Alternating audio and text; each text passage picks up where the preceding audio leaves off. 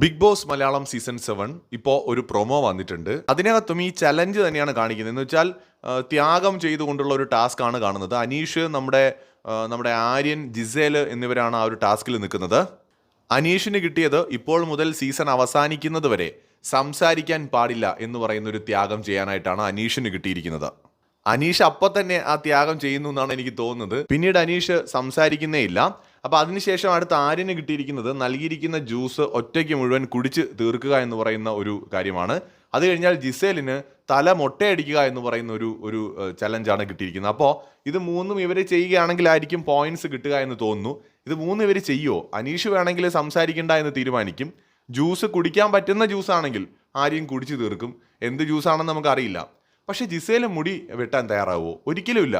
Show quit ചെയ്ത് പോകേണ്ടി വന്നാലും എനിക്ക് തോന്നുന്നില്ല ജിസേൽ ഈ ഷോയിൽ കുറച്ച് പോയിന്റ്സ്, അതും എല്ലാവർക്കും വേണ്ടി കുറച്ച് പോയിന്റ്സ് കിട്ടാൻ വേണ്ടിയിട്ട് തല മുട്ടയടിക്കാൻ തയ്യാറാകുമെന്ന്.